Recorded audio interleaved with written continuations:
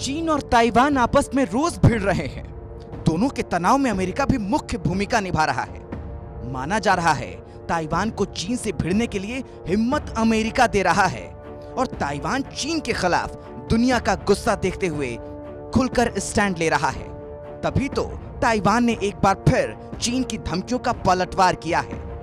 Taiwan राष्ट्रपति कार्यालय के प्रवक्ता ने हाल ही में चीन की ओर से दी जा रही धमकी को लेकर एक बयान जारी करते हुए कहा कि दूर से आए किसी दोस्त के साथ डिनर करने के लिए जो पड़ोसी जान से मारने की धमकियां देने लगे, उस पड़ोसी से आप कैसे निपटेंगे।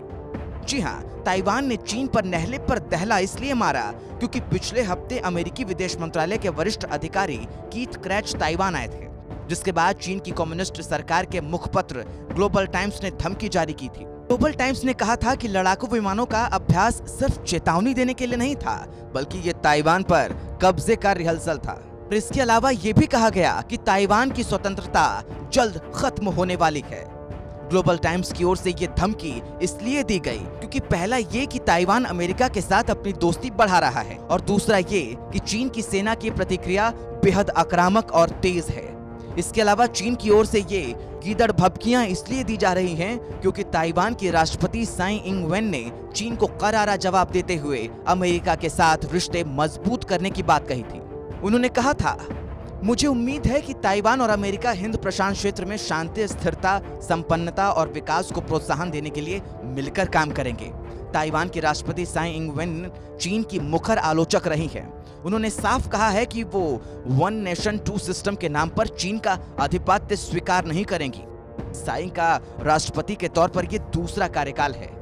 बताया जा रहा है कि अमेरिका के वरिष्ठ अधिकारी का ताइवान दौरा चीन को इतना अखर गया कि चीन ने अमेरिकी अधिकारी की यात्रा के दौरान ही शक्ति प्रदर्शन के लिए अपने जेट फाइटर ताइवान स्ट्रेट के पास भेज दिया। और फिर चीन के सैन्य अभ्यास के कदम को लेकर ताइवान के रक्षा मंत्रालय ने ट्वीट करते हुए कहा था, पीएलए सेना की इस हरकत से ताइवान के लोगों में आक्रोश है।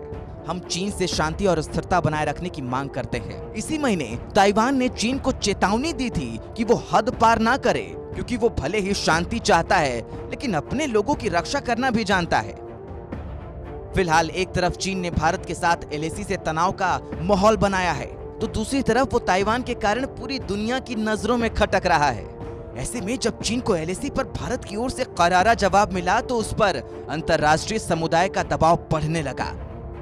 कुछ भी हो, एक बात तो साफ है कि चीन इस वक्त चौतरफा घिरा हुआ है। ब्यूरो रिपोर्ट, भारत तक।